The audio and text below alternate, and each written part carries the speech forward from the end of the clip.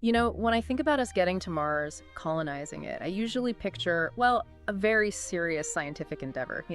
Lots of lab coats, rovers, all very serious stuff.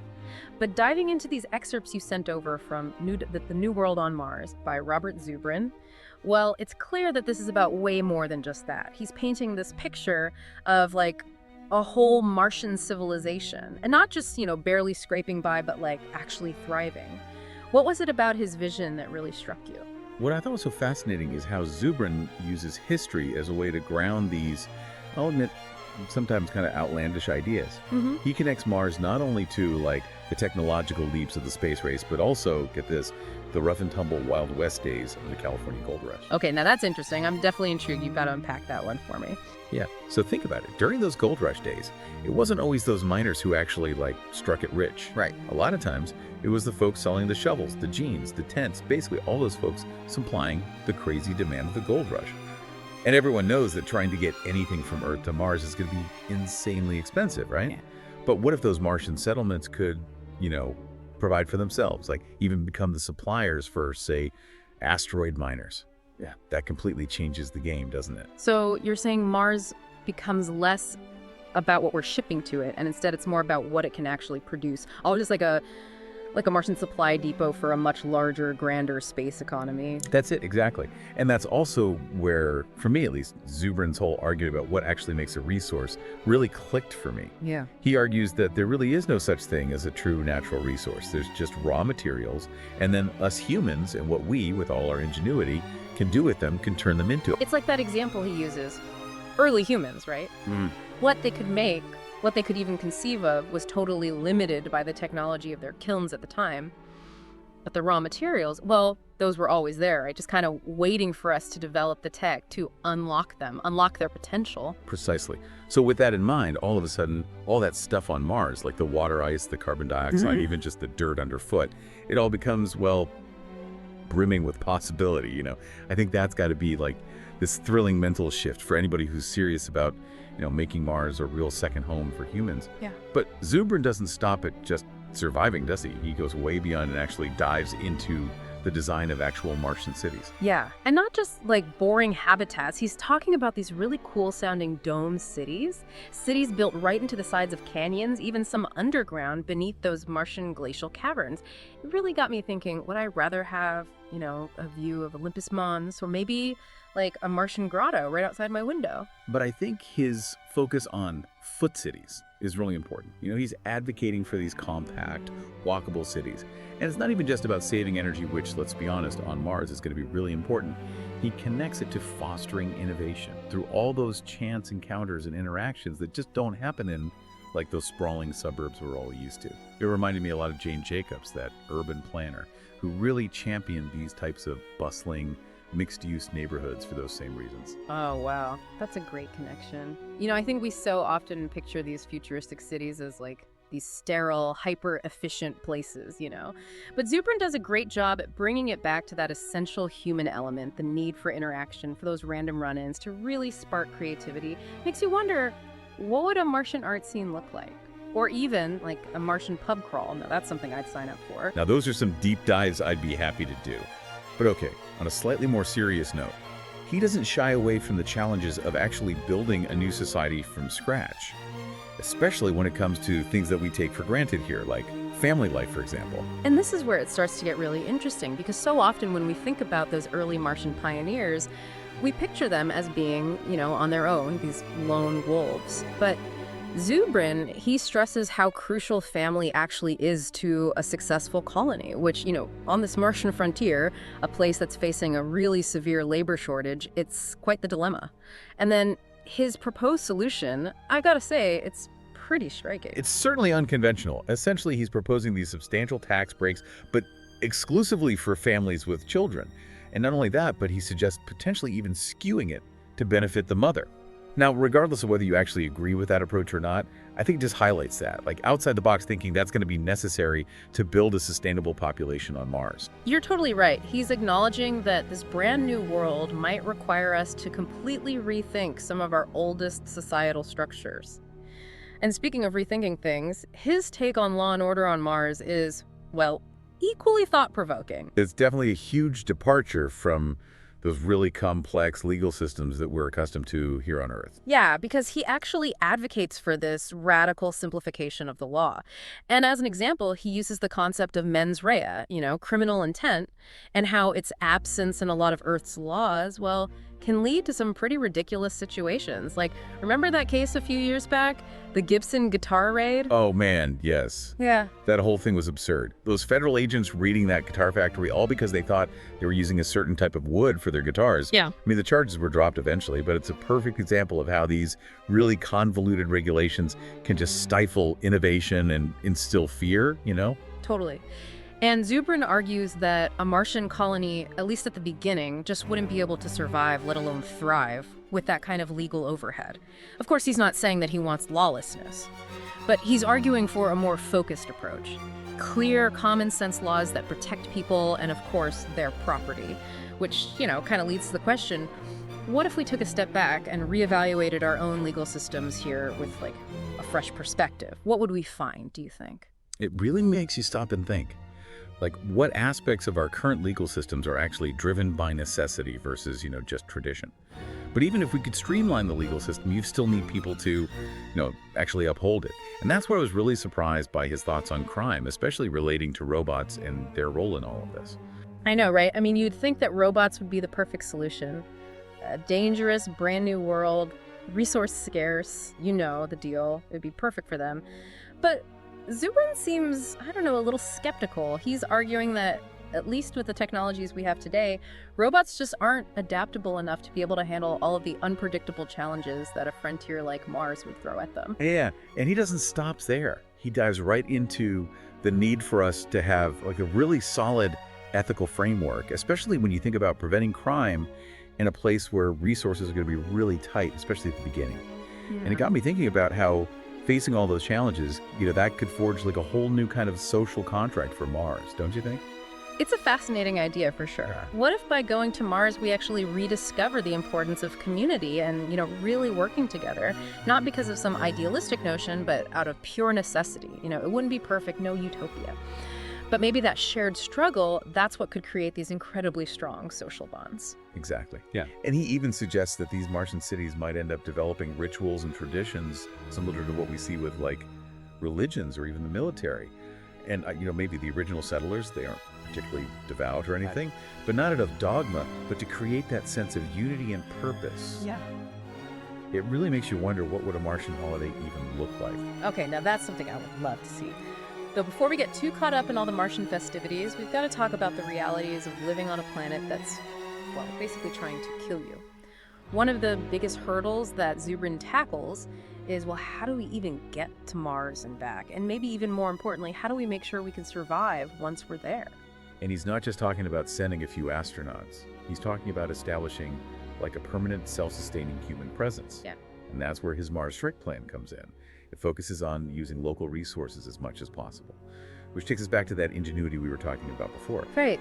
So instead of hauling everything we need all the way from Earth at, an astronomical cost, we learn to live off the Martian land, so to speak. And one of the things I thought was absolutely mind-blowing was how he explained making rocket fuel from Martian water and carbon dioxide. It sounds like alchemy, turning the very air and ice of Mars into the power needed to return to Earth. Can you imagine, listener, the ingenuity it would take to pull that off? Oh, and that's just the tip of the iceberg. He talks about using Martian resources for everything, from building materials and plastics to even creating fabrics. I mean, these Martian settlers, they wouldn't just be explorers. They'd be the ultimate of recyclers, resourceful pioneers. It really challenges how we think about what it means to live in a place, doesn't it? Absolutely. He even had this little detail about cleaning clothes on Mars that I thought was so fascinating. Apparently, you could just hang your clothes outside. Yeah. And the low pressure combined with the UV radiation would kill bacteria and remove moisture. No water, no detergent, just pure Martian air doing the work. It just goes to show that we'll need to adapt not just our technology, but our whole way of thinking.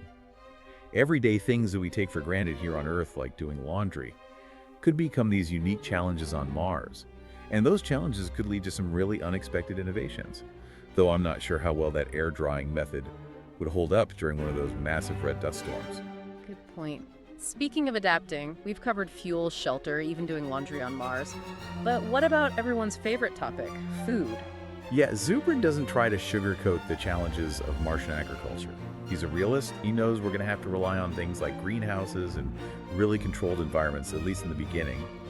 But he's also really practical, and he really dives into the math behind it all. Yeah, he estimates that we'd need about 1 hectare of farmland to support 40 people, which he compares to the efficiency of places like Israel or South Korea. Of course, he's assuming that most people would be okay with a mostly vegetarian diet, which, let's face it, might not fly with everyone. True. It made me wonder, what would Martian cuisine look like? Would we see vegetarianism make a huge comeback? Or would settlers figure out new and innovative ways to produce, those comfort foods that everyone craves? What do you think, listener? Would you swap a juicy burger for a plate of Martian algae? Now that is the question, and it speaks to something much bigger. How would Martian culture as a whole evolve around these unique challenges and limitations? We've got these self-sufficient cities, this completely unique way of life, but what about the people? Zubrin doesn't just focus on all the technical stuff. He goes deep into the social fabric of these Martian cities. He acknowledges the absolutely vital role that women would play in building a sustainable population, but also the potential conflict between motherhood and ambition, especially in a place that would be so desperate for skilled workers. Which brings us back to that proposal of his right, the radical tax break, specifically to try to incentivize families in a way that makes sense for this new world instead of just trying to directly copy and paste Earth systems onto Mars. Exactly. And on the flip side, he also looks at things like crime and punishment, which, is something else that's essential to think about. He believes that the way we do traditional law enforcement might not actually be practical or even desirable on Mars, especially in those early years. Right. He proposes a much more simplified legal system that's laser-focused on protecting life and property above all else. His argument is that the harsh Martian environment, combined with the need for people to depend on each other, well, that would naturally lead to a more cooperative and, hopefully less crime-prone society. It's really fascinating to consider. Would going to Mars force humanity to evolve not just technologically, but also ethically and socially as well? It's a really tantalizing thought, and it's not just about, physically surviving on this alien planet. Zubrin has this really cool concept that he calls Martian Menlo Park. The idea is that Martian settlers, because they're facing such unique challenges, would inevitably become this incredible hotbed of innovation, even surpassing what we're capable of here on Earth. It's a bold claim for sure.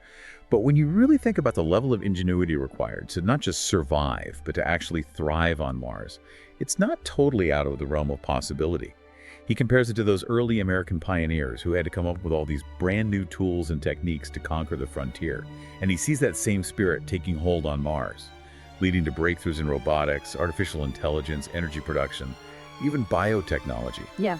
What do you think, listener, could tackling the challenges of Mars actually unlock solutions to some of the biggest problems we're facing back home? He even goes so far as to talk about creating these humanoid robots that would work side by side with humans, learning from their experiences and adapting to new situations. But he's not talking about those dystopian robot overlords that we always see in science fiction. He envisions a future of collaboration where humans and machines work together to overcome challenges and push the boundaries of what's possible. And let's not forget about space travel itself. Zubrin sees Mars not just as the finish line, but as a stepping stone for even greater exploration. He even suggests the potential for something he calls a space triangle trade, with Mars right at the center, connecting Earth to the asteroid belt, which, as we know, is full of resources. He envisions this future where Mars becomes this bustling hub of interplanetary commerce and exploration. Imagine that listener Martian settlements not just supplying those asteroid miners, but fueling a whole network of spacecraft. Venturing further and further into the cosmos, Zubrin really knows how to take us on a ride, doesn't he? But as much as he focuses on the how of getting to and living on Mars, he doesn't shy away from one of the most captivating what-ifs of all terraforming. And that's where things get really interesting, don't you think? This idea of completely transforming Mars from this cold, arid planet into something more like Earth is the kind of stuff we usually only see in science fiction. But here's the thing. Zubrin doesn't just present it as some impossible fantasy. He lays out these possibilities, and they're all rooted in real science. He talks about using giant orbital mirrors to reflect sunlight onto the Martian poles, which would melt the ice caps and release a bunch of carbon dioxide into the atmosphere, essentially engineering a greenhouse effect. He even proposes introducing genetically engineered bacteria that could produce methane and other warming gases.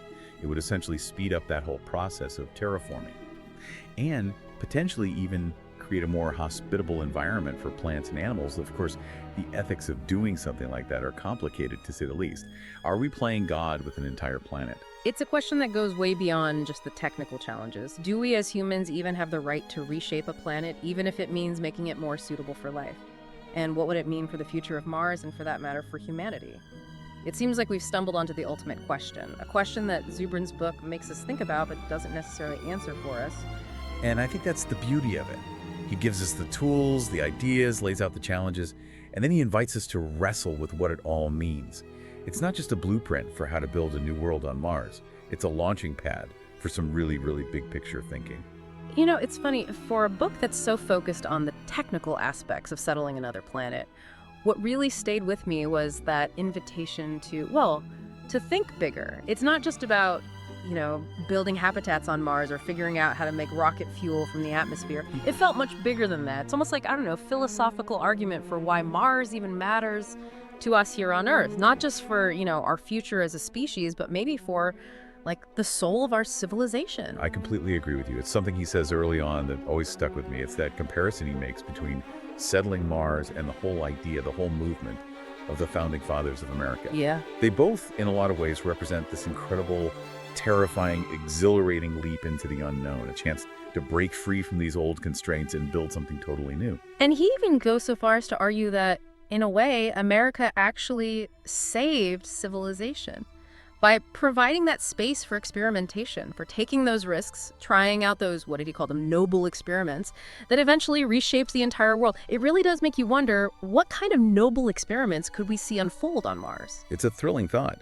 Because, you see, his big concern is that without a new frontier to push us, to challenge us, humanity risks becoming, stagnant. We fall into complacency and eventually decline. He sees Mars as that next great challenge for humanity, a way to reignite that innovative spirit that's always driven us, ensure that we keep striving, keep reaching for something more.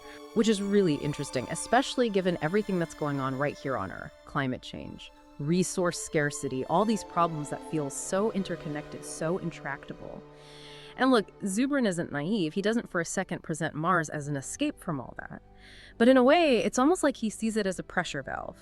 A place where, because we're forced to start fresh, to rethink everything, we might actually discover solutions that could end up benefiting everyone, even those who never end up setting foot on Mars. That's exactly right. He envisions breakthroughs in, everything. Energy production and storage, how we manage resources, even feels like biotechnology, all driven by that sheer necessity of survival on a planet that, let's be honest, is actively trying to prevent us from living there. And it's like you were saying earlier about resources, right? He really pushes back against that, what's the word, that Malthusian view, the idea that we've only got so much to go around, that eventually we're all going to be fighting over scraps. He's basically saying that human ingenuity, that spark, that's the ultimate resource. It's capable of overcoming any obstacle, no matter how big, as long as we actually put our minds to it. It's a really powerful message of, I think, optimism at its core. Instead of approaching everything with that zero-sum mentality where, if one person wins, another has to lose, he sees Mars as this incredible opportunity for collective gain, a chance to break free from all those limitations we've imposed on ourselves and create a future that's more abundant for absolutely everyone. Though, as optimistic as he is, he's not delusional. He doesn't shy away from the truly enormous challenges, the risks that come with this kind of endeavor. And he's very clear about the sacrifices that would need to be made, the sheer grit it would take to carve out a life for yourself on a planet as harsh and as unforgiving as Mars. This isn't for the faint of heart. And he doesn't shy away from some of the really thorny ethical dilemmas either, especially when it comes to, terraforming. What impact would that have on any potential native life, even if it's just microbial? What responsibility do we have as humans when we venture out into these new worlds? These are questions that, as we continue to push further and further out into the cosmos, we can't just ignore. It's a balancing act, isn't it? Weighing the potential for incredible rewards against, some very real and very serious risks. But, for me at least, I think, ultimately, Zubrin lands on the side of hope. He seems to genuinely believe that settling Mars isn't just some exciting possibility, it's a moral imperative for humanity. Not even just to guarantee our survival as a species, but to really push ourselves to become something greater than we are now. And not even just like physically, but culturally too, Yeah. right? Because he talks about the importance of preserving human diversity, not just in terms of who gets to go to Mars, but the kinds of societies they build, different ways of living, different approaches to social organization, all those different ideas. It's almost like, as he puts it, it's an insurance policy for the future of human culture itself. He even suggests that Martian life, with all its unique challenges and demands, could even result in the evolution of a whole new kind of human. One that's more adaptable, more resourceful, more resilient. He imagines Martians, and I love this, as a people united by this shared purpose. To keep pushing the very boundaries of what it even means to be human. It's inspiring, a little bit daunting if I'm being honest, but I can't help but say, it kind of makes me want to pack my bags and get on that first ship out.